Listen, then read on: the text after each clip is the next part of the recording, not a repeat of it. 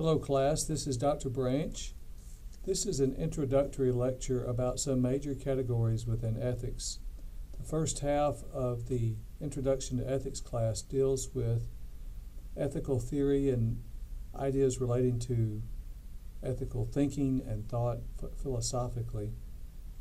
So to give you an idea of how ethics works, we're going to go over major categories within ethics.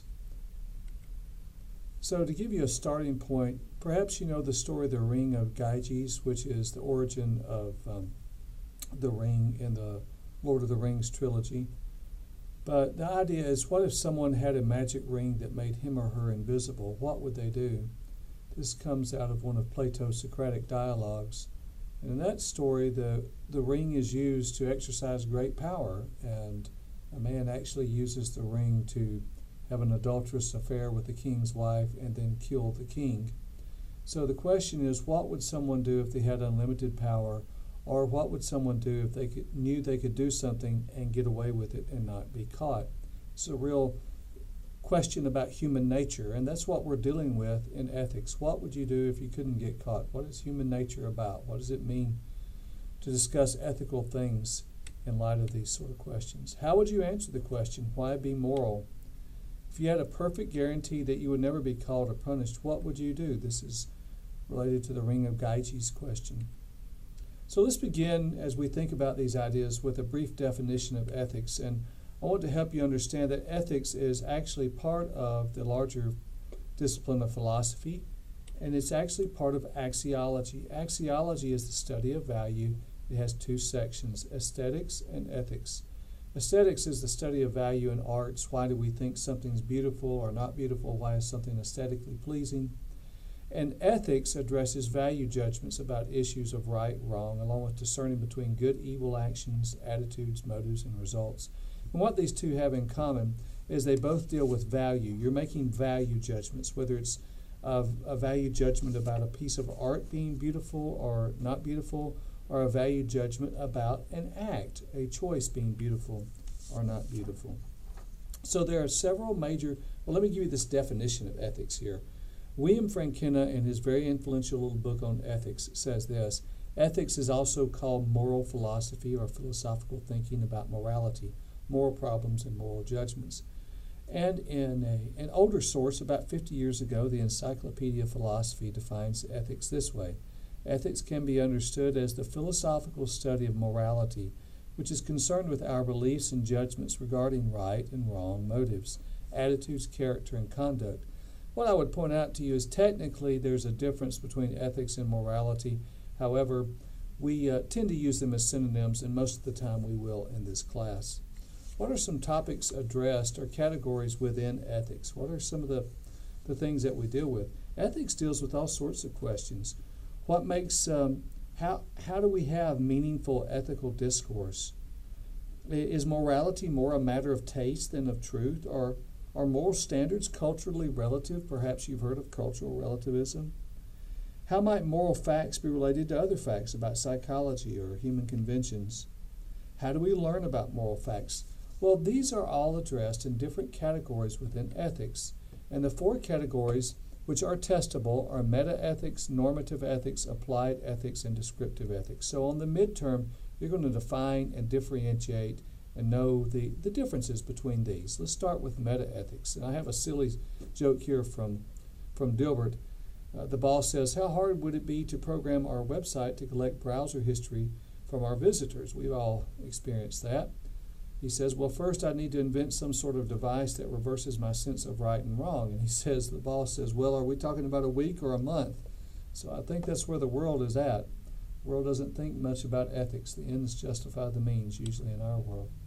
Well, metaethics addresses the foundations for our ethical concepts, from whence do we derive our ethical theories. It does not propound moral principles or goals for action. So when you're talking about metaethics, you're at the widest possible level. You're actually setting sort of the boundaries for ethical discourse and defining terms and concepts. It focuses on the meaning and reference of such crucial terms: right and wrong, good, bad, ought and ought not, duty. And then how do we structure these? What does it look like to create an ethical structure? So these are meta-ethical questions. In metaethics, you're not really trying to arrive at a decision on something like lying or abortion or euthanasia or truth-telling. In metaethics, you're really setting the boundaries for discussion and philosophical reflection. So what makes ethical discourse meaningful? Is it different from what makes other sorts of discourse meaningful? We're going to talk about this in just a second. And then what is the connection between morality and religion? That's another meta-ethical question. Is there a connection between morality and religion? And this issue down here, is morality more a matter of taste than of truth? You're going to see that in just a second with emotivism. So there's two big categories within metaethics, cognitivism and non-cognitivism.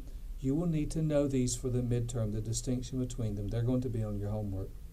Non-cognitivism is the view that moral judgments are not capable of being true or false. So that's really what we're dealing with in distinguishing between these two categories of medical ethics. Can you say that a statement like lying is wrong or honesty is good, can you say those are actually true or false statements? Well, non-cognitivism is the view that it's impossible to do such a thing. And in fact, this is where we get the idea of emotivism, which you'll see in just a bit. But non-cognitivism is the idea that when you say something is lying is wrong, you've not really made a true statement or a false statement. You've really expressed more of your opinion or your emotion. So it's kind of like this. Here's Steve McQueen in the movie Bullet in his Hunter Green Mustang GT. If I told you that I have a black Mustang GT out in the parking lot, you could go outside and investigate that objectively, and you could see if that statement, Dr. Branch has a black Mustang GT, does it correspond with reality? Or if you go outside and you discover that my car is Hunter Green like Steve McQueen's is in the movie, you say, okay, well that statement is false. His GT is not black, it's Hunter Green. So these are indicative statements. They're statements which can be proven true or false. And so the question is, with cognitivism and non-cognitivism, can you make these sort of discernments between ethical theories, or ethical statements, I should say, ethical statements? Well, non-cognitivism says you can't. It's just impossible. You can't do that. Cognitivism says you can. It says that moral judgments are capable of being true or false, just like it's true or false that my Mustang that I'm looking out the window at right now is actually black, because they are indicative statements that convey descriptive information. So there's a couple of different cognitivist theories. I want you to know the difference between these two right down here.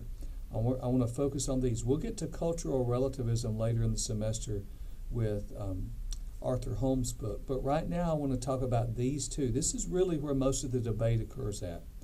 That when you say something about, when you say that from a cognitivist perspective that an ethical statement can be objectively true or objectively false, then there are two theories, ethical naturalism and non-naturalism. Let me try to tease them out for you. Understood broadly, the debate between naturalist and non-naturalist concerns the question of how morality, and in particular moral value, is related to the natural world, the world we see around us of plants and trees and stars and dirt and everything else.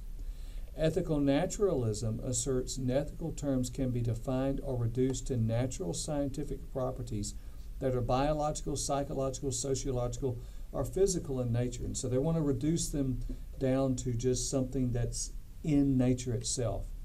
Ethical non-naturalism hold that God, most Christians have held to a non-naturalist view, though. Most have, not all, but most. Ethical non-naturalism really tries to emphasize the idea that that God himself has certain morally relevant value properties. And of course, we can't get God down in the Petri dish.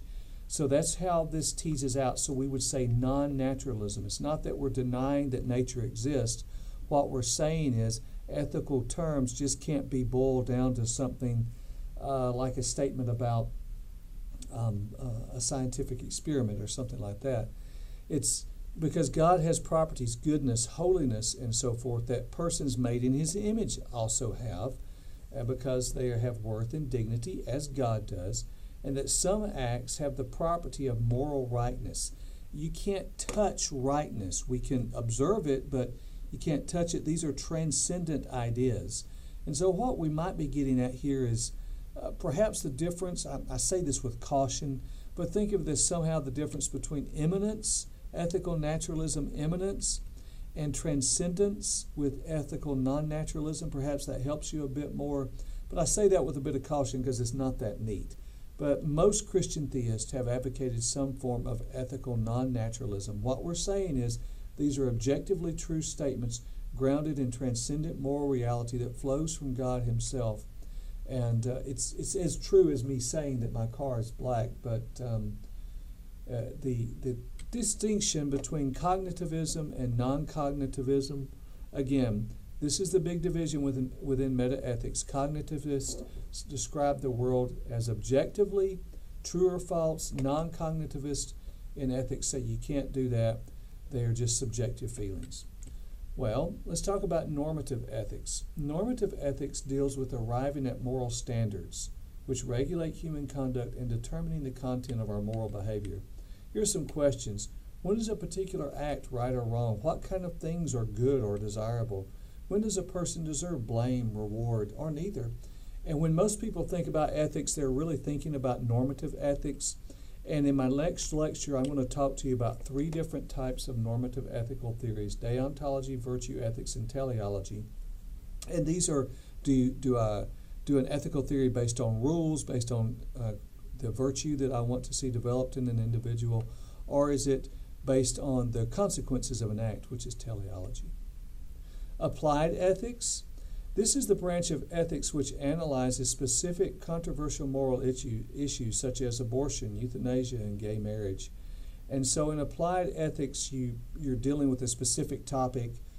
We've just had a major decision a couple of years ago, the Obergefell decision about gay marriage in our country. So applied ethics, you're dealing with a very specific topic. Some questions: is abortion always morally wrong? Is euthanasia always morally wrong? Should youth pastors wear skinny jeans? I'm just teasing. But these are applied ethics questions. And this is a way you might think of the relationship between metaethics and these two divisions. Metaethics provides the broad sphere of thinking about ethics, and then within that, you have normative ethics and applied ethics, and frankly, they overlap at points. When you're trying to think about, do we do things based on rules or virtue, you get into your evaluation of specific acts. Here's another way to think about it. Think of it this way. Metaethics is the jug, the milk jug itself. It provides the structure in which we do our thinking. The milk within the jug would be the normative ethical theories, and to a degree the applied ethical theories. So that might help you think about the difference between metaethics and normative ethics. Descriptive ethics is empirically based. It describes and compares how different people and groups think about and act regarding ethics. So you're not making a moral judgment. It's really just what it says. It's descriptive. So you might describe the ethics of Comanche warriors in the 1800s and compare those to the ethics of Zulu warriors in South Africa in the 1800s, and just compare and contrast them. But it's merely descriptive. You're not making any decision on right and wrong or good and bad. You're merely describing. Now let's talk about emotivism. Remember, this is a meta-ethical theory. I'm back to meta-ethics now. So if you are a non-cognitivist and you don't think that moral statements carry any really truth claims, then usually what happens is a form of emotivism. Emotivism, sometimes called ethical subjectivism, is the belief that whenever people say something is morally good, they simply mean they like or approve of it. When someone says murder is wrong, they're just telling you how they feel about murder. It's like saying, I like collard greens, which I do. I love them very much. My family doesn't, but I do. So it's merely a matter of taste. This next slide, I think, helps you understand.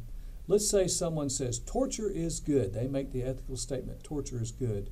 Well, a noble person like Archbishop Desmond Tutu would say, boo, torture is good. Boo on that statement. And a motivist says, when Archbishop Tutu disagrees with that statement, he's not really saying anything other than, boo, I don't like torture.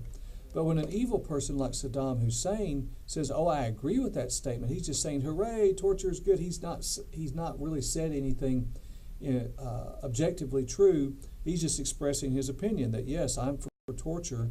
So this might help you get an idea. It's sometimes called the boo hooray theory, emotivism. Some critique, I get these from Ronald Nash, basically.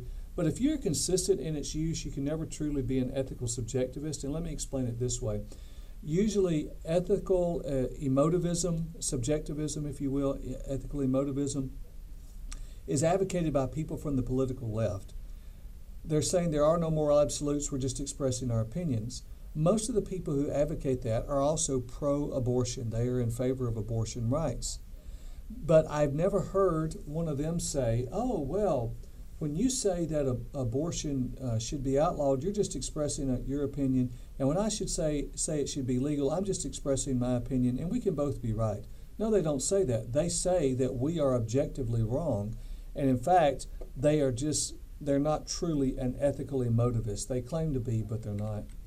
The other thing I would say is if this theory is true, all moral actions are good and bad at the same time. If someone said torturing babies for fun is wrong, and someone said, well, I agree with that, and someone else said, I don't agree, well, from an emotivist point of view, well, both are true. There's no moral distinction. So here are some other objections you see there, and you can read through those. And Scott Ray actually gets it right. Emotivism is actually a theory about the use of moral language, not of its meaning. The emotivist has jumped from a theory of use to a theory of meaning without any justification for that leap. Let me give you some significant terms. Prima facie duty, sometimes textbooks use these terms and don't define them for you. A prima facie duty is a Latin phrase which roughly means first face or at first sight. It's just objectively true. So, for again, the phrase, torturing babies for fun, prima facie, everyone says, well, yeah, that's just wrong. You shouldn't torture babies for fun, prima facie, without any argument. That's a prima facie duty. Something else might be helping old ladies across a crosswalk is good. Well, yes, that's a prima facie duty. Yes, you have a duty to do that. And it's assumed to be proven true unless it can be overridden or proven to be false. Rights, this term gets thrown around a lot. There's negative rights and positive rights. Negative rights basically mean you have a right not to be abused. Positive rights mean things that accrue to you. And in politics, this issue between negative rights and positive rights gets quite contentious. And it basically what we're referring to is that which is due to individuals based on core ethical principles. Paternalism is the moral stance that a person's liberty is justifiably restricted to prevent self-harm. For example, a paternalistic parent, might limit a child from running across the street because they don't want them to get harmed. I don't want to talk about the principle of double effect. These three terms you need to know. Morally permissible acts, these are acts that are neither mandated or prohibited. For example, jogging 3 times a week. It's good for you, but you're not mandated or prohibited from doing it. You're free to do it if you want to or not to. Morally obligatory acts, these are acts that are mandated or prohibited. Think about the 10 Commandments. Thou shalt not murder. We have an obligatory act not to murder. And then supererogatory acts, these go beyond the call of duty. So, for example, jumping on a grenade to save your fellow soldiers, you're not required to do that, but it is a praiseworthy act. So, this is closely tied to actually freedom of action. You're not guilty for failing to do what you could not do or for doing what you could not fail to do. This is moral responsibility presupposes a freedom of action. What that means is if someone takes a gun and sticks it in your ribs, jumps in your car and tells you to drive at a high rate of speed, you're not considered guilty for speeding. You're not morally guilty because your life was at risk. So this is moral responsibility, freedom of action. For someone to be morally responsible, there has to be a certain freedom of action. Autonomy simply means self-law, and most ethics today are autonomous ethics flowing from Immanuel Kant. In the Bible, you actually see autonomy in Judges. In those days, Israel had no king. Everyone did what was right in his own eyes. That is a statement of autonomy. So these are some major categories within ethics. You're going to need to distinguish between them, between metaethics, normative ethics, applied ethics, and descriptive ethics on the midterm. I hope this has been helpful for you.